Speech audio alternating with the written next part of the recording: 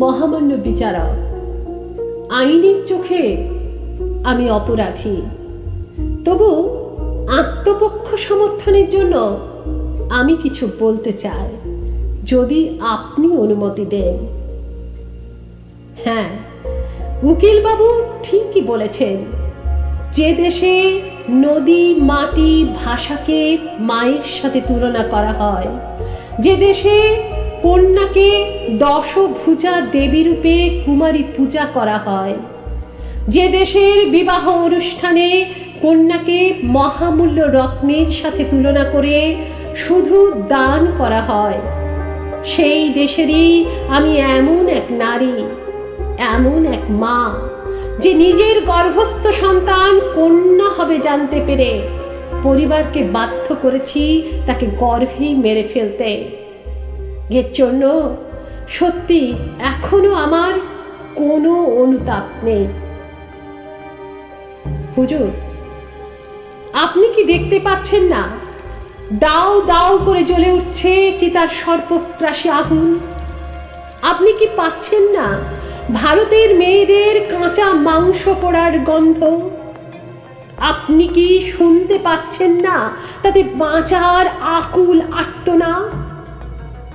মা নিজের নাড়ি ছিঁড়ে যাকে জন্ম দিয়েছে তাকে শেষ দেখাটুকুও দেখতে পেল না।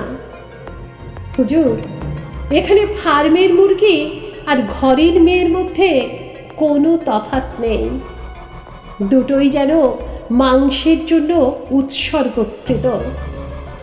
হিংস্র কুকুরের কাছে মেয়েদের দেহটা শুধুই একখণ্ড মাংসপিণ্ড, আর কিছুই নয় যাকে ছিঁড়ে খুঁড়ে খাওয়া যায়। হে মহামান্য বিচারক, যে পথ দিয়ে আমার জন্ম, আপনার জন্ম, এই ভারতের জন্ম, যে পথে শুধু সৃষ্টিরা বের হয়, সেই জন্মপথে ঢুকে যাচ্ছে লোহার রড, না হয় কাঁচের টুকরো, ইট, পাথর, আর কত কে। যে স্তন পান করে এই ভারতবর্ষ উঠে দাঁড়ায়, সেই স্তনের কাঁচা মাংস কেটে কেটে পিস পিস করে উন্মত্ত মানুষরা সাজাচ্ছে তাদের রাতের পাত। হুজুর, আমার মৃত কন্যাটিকে যদি আমি পৃথিবীতে আনতাম, তবে সেও একদিন বড় হতো, হাড়ের উপর মাংস জমে পুষ্ট হতো। তবে আমাকে কে নিশ্চিত করে বলবে কলেজ থেকে ফেরার পথে কামদুনির মেয়েটার মতো অবস্থা হবে না? অফিস থেকে ফেরার পথে বানতলা হায়দ্রাবাদের মেয়েটার মতো জীবন্ত জ্বালিয়ে দেবে না? কে বলতে পারে কাশ্মীরের আসিফা, রায়গঞ্জের কিশোরী মেয়েটা বা দিল্লির নির্ভয়ার মতো কোমল যৌনাঙ্গে লোহার রড চালান করে দেবে না?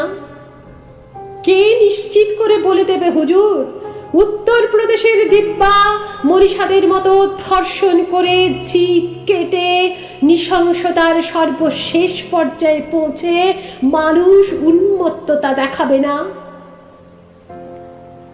মহামান্য বিচারক, যাদের বাড়িতে মেয়ে আছে একমাত্র তারাই জানে একটা বীভৎস আতঙ্ক কিভাবে তাদের তাড়া করে বেড়ায় প্রতিটা মুহূর্তে। এক টুকরো মাংসপিণ্ডকে বহু ভালোবাসা, আদর, যত্ন, মায়া, প্রেম দিয়ে বড় করার পর যে সন্তানের দেহে কাঁটা ফুটলে মা বাবা ব্যথা অনুভব করে, নিজের দেহে চোখের সামনে সেই সন্তানের এই অমানসিক মৃত্যু যন্ত্রণা কি কখনো সহ্য করা সম্ভব? জানি আন্দোলন হবে, বিক্ষোভ হবে, মোমবাতি জ্বলবে, সরকারি সাহায্য আসবে, চাকরির প্রলোভন আসবে, সাথে রফা হবে, না হলে আসবে হুমকি, হয়তোবা মৃত্যু। আবার ধীরে ধীরে মোমবাতি একদিন নিভেও যাবে, কিন্তু সেই বাবা মা সারা জীবন খুঁজে বেড়াবে ঘরের পরতে পরতে মেয়ে স্মৃতি। চিরদিনের মতো হারিয়ে যাবে মা ডাক, কোনো দিন তারা ভুলতে পারবে না।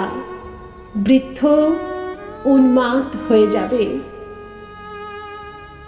হুজুর, এ আমার পক্ষে মেনে নেওয়া সম্ভব নয়।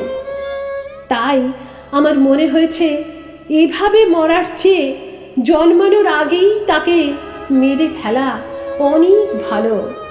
তাতে ধ্বংস হয়ে যা সৃষ্টি, সভ্যতা, আমার কিছুই এসে যায় না। যতদিন দেশের আইন মেয়েদের রক্ষা করতে পারবে না, যতদিন এখানে অপরাধীদেরও নৃশংস শাস্তির ব্যবস্থা না করতে পারবে, ততদিন কন্যা ভ্রূণ হত্যা আইন সিদ্ধ হোক। না হলে এমনিতেই সৃষ্টি বন্ধ হয়ে সভ্যতা ধ্বংস হয়ে যাবে একদিন। হুজুর, আমাকে দোষী সাব্যস্ত করে সাজা দিন, আমি আপনার শাস্তি মাথা পেতে নেব। কিন্তু একই, আপনি থেমে গেলেন কেন? কেন এত উদাসী দেখাচ্ছে আপনাকে হুজুর? তবে কি আপনার কোনো মেয়ে আছে যে কলেজে যায়, অফিস যায়, ফিরতে সন্ধ্যা হয়ে যায়? এখন ভাবছেন সে বাড়ি ফিরল কিনা? টেলিফোন করুন মহামান্য জজ সাহেব, টেলিফোন করুন, খবর নিন একবার। তারপর নিশ্চিন্তে আমার সাজা ঘোষণা করুন।